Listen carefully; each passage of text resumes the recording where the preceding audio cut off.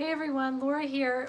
So today I am going to do a video about the food that we bring on our backpacking trip. I actually didn't want to do this video originally. I kind of wanted to keep my channel strictly just hiking and backpacking and the trips that we were taking. But as I was prepping the food and Jeremy and I were talking, and I was talking with some of my friends, they thought that our take on food might actually be helpful for some people.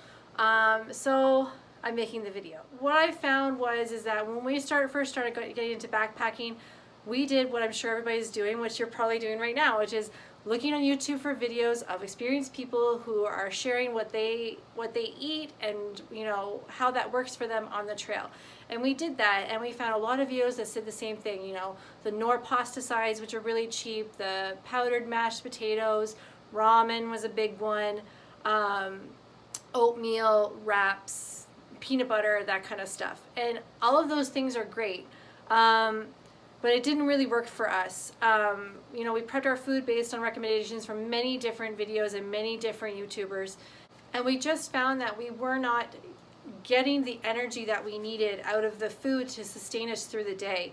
So we'd be struggling up the side of a mountain, and we would have some mental breakdowns, and we started connecting these breakdowns to a lack of energy and a lack of food, and we just didn't feel good. By 2 p.m. every day, we were struggling to make it into camp because we just felt like we had no energy. So we knew we had to do something to change our food system. So, we went on a couple more backpacking trips, and we experimented here. We added things, we took things away, we tweaked things. And we found a bunch of things that work for us, and that's what I'm going to share with you today. Basically, when it comes down to food, what we found is that you have to think about three things. You have to think about the quantity for the food that you're consuming, the quality or the variety of the food that you're consuming, as well as the weight of the food that you are consuming. And I'm going to explain exactly what all three of these things mean, and how it applies to what I'm going to show you here with what we bring. So when I say quantity of food, what I mean is calories. How many calories are in the food that you're consuming versus how many calories you're burning walking each day. We try to aim for between 2,500 and 30,000 calories a day as a bare minimum. But some days that is still not enough, depending on how difficult the terrain is that we're trying to cross, or the trail that we're on, or how many hours we've been hiking.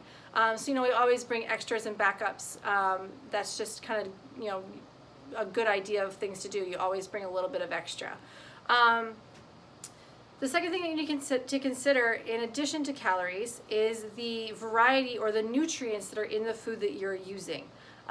You want to make sure that you're getting a variety of foods, and this is the hard part really when it comes to backpacking, because everything that's good for us we can't bring because it's full of water, and so it's heavy, and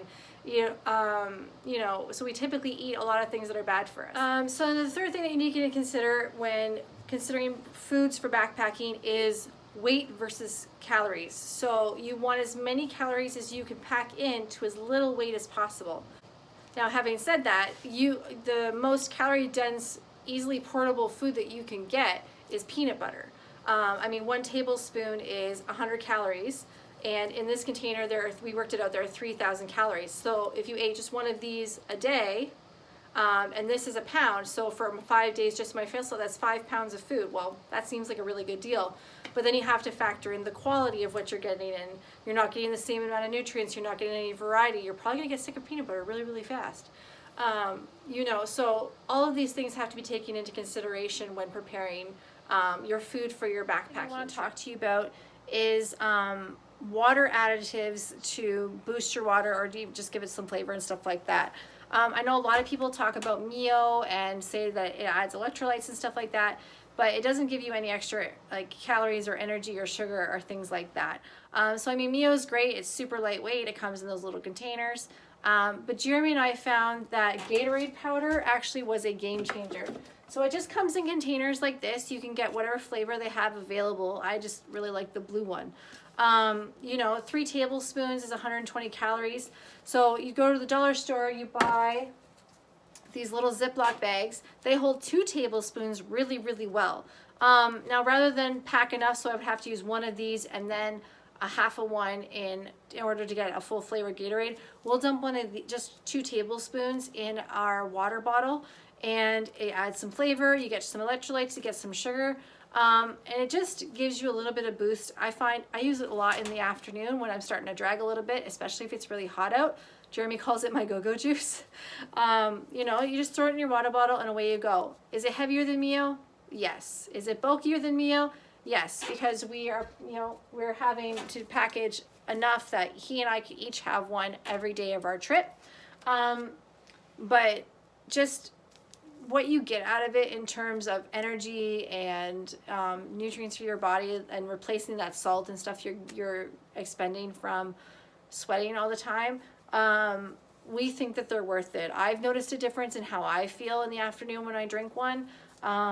So that's why I'm sharing it with you. Other people do bring things like these like Block Energy chews. They're supposed to be electrolytes. They're 100 calories per chew. You're supposed to eat one and then drink a whole bunch of water with it. They also have caffeine in them. So you could definitely go that route, and we always bring some with us too, just in case, or just to switch things up. But like, honestly, the Gatorade powder has been a game changer for us. So I did have to tell you about that. If you have any questions or comments, please feel free to leave them in the video below. I don't really have that much in the way of food recipes per se.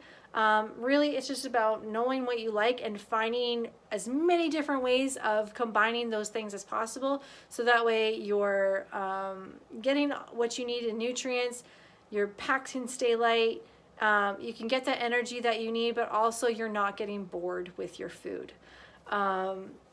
And anyways, like I said, if you have any questions, feel free to leave them below. I will try and get to them if I can. Hopefully you found this video helpful, and I will see you next time.